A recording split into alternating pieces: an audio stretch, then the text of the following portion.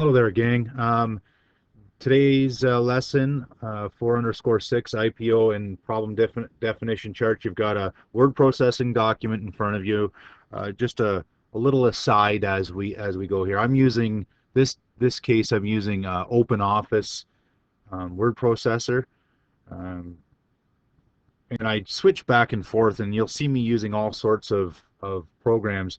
And I know you might have your favorites, but one thing I wish that you would get out of this course is that it doesn't really matter what software that you're using.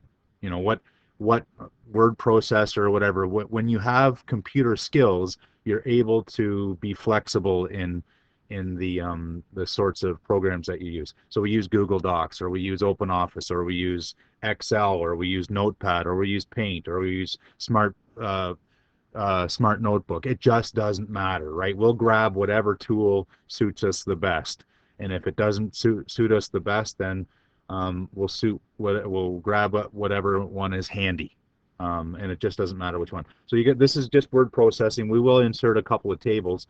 Um, what's this about? Well, in the software development lifecycle, we talked about early on in the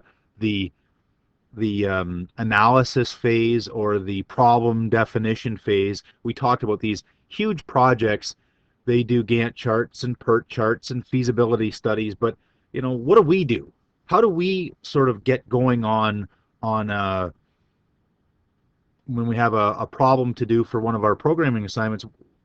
What are we asked to do for this? And certainly for our final project, we're gonna come up with a Gantt chart that will help us guide our time management, because that'll be an important thing to do.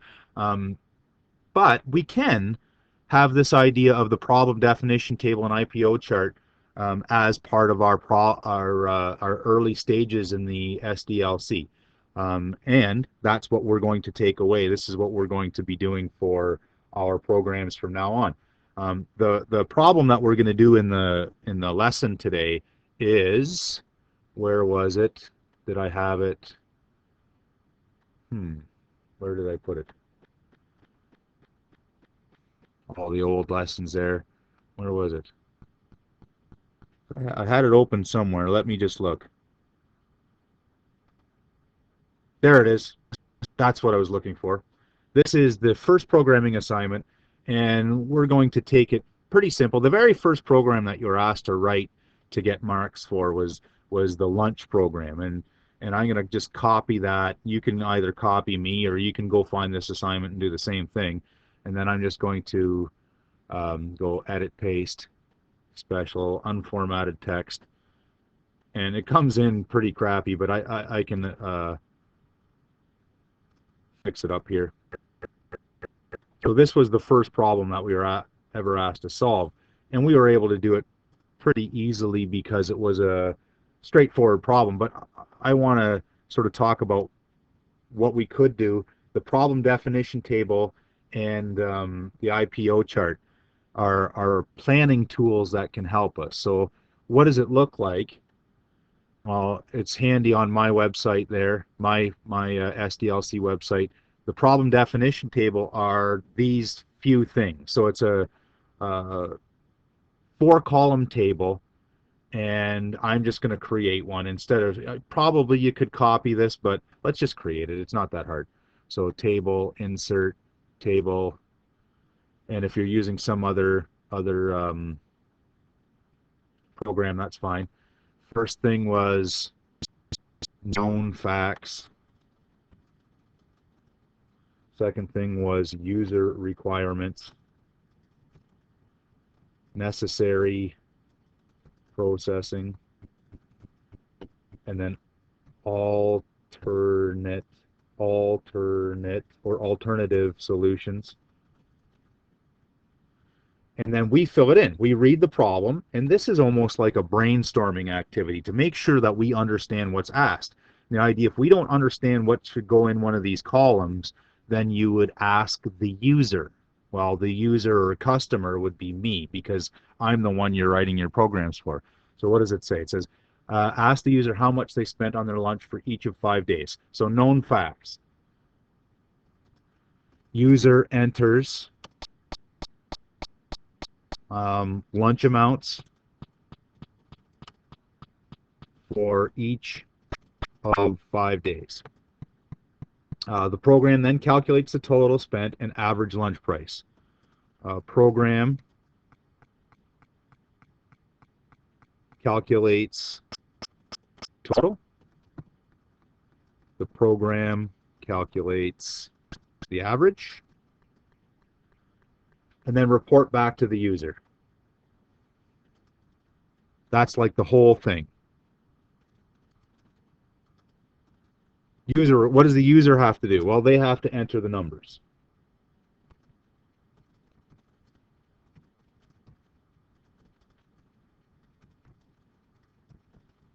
And I think that's it.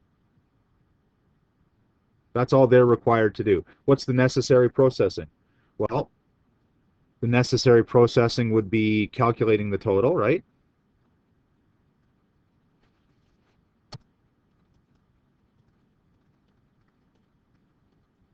Notice that we don't really have the steps about how we're going to do this yet. Find average. We could in here, the processing would be to insert prompts or make sure it's good good data entry, check and make sure it's a number that they're entering and not trying to break our program, those sorts of things. Alternate solutions. Well, we could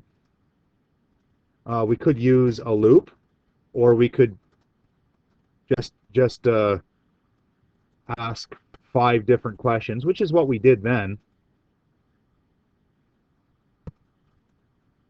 We could use a loop. We could use an array, and this is like the brainstorming thing. We could use a file maybe if we wanted to. Would you like to load your lunch amounts from a file? I know it's a bit silly, but this is brainstorming here. Dandy, that's it. And so hopefully through this process, this formal process of filling out this table, it allows you to think about the problem and whether you understand it or not. And that's it. That's part of the problem definition, or the feasibility part of it. That's the first step, is understanding the problem before you're even asked for a solution. The second part is by the way, this one was the problem definition table, is what that's called. And I don't know why it changed fonts on me. I like having everything the same font. Bold, underline, that looks nice. Okay, and then I'm going to have an input, an IPO. I'll just say IPO. You'll know what oh, maybe you don't. Okay, you don't remember. Input processing output chart. And again, I've got one of those hooked up in my website. I'll show you. I'll show off a little bit here. It's not that big a deal, but this one's got 3 columns. Very similar. It's very similar to the problem definition table. And usually between the 2 of them, if you can fill out the 2 tables, you've got a pretty good idea about what the problem is all about. So I'm going to insert another table here.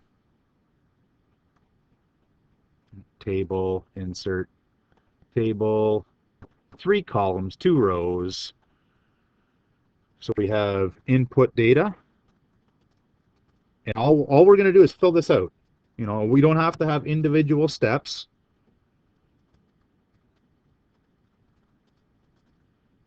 So input is the 5 numbers. Probably, we could say that these are supposed to be real numbers, or even in Java we could start thinking about these are doubles probably.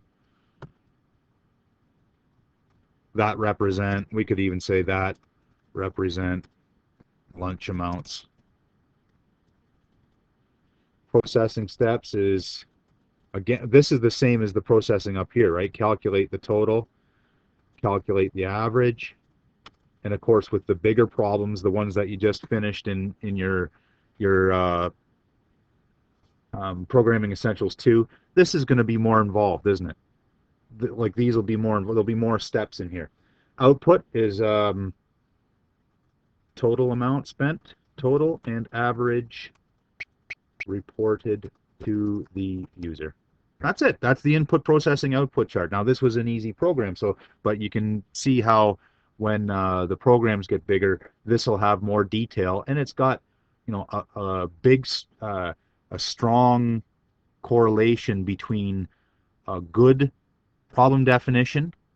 In the next couple of days will be a good design of your algorithm, and problem definition and design will lead to better code, and that's the plan. So if you go through these stages early, it'll make up in the future that you'll have better code. So save this 4_6 problem definition and IPO, and I believe you have a few exercises to do of programs that you're already familiar with, and perhaps, just perhaps, there might be a new one in there somewhere too. Okay, so save this up and have fun with the exercises.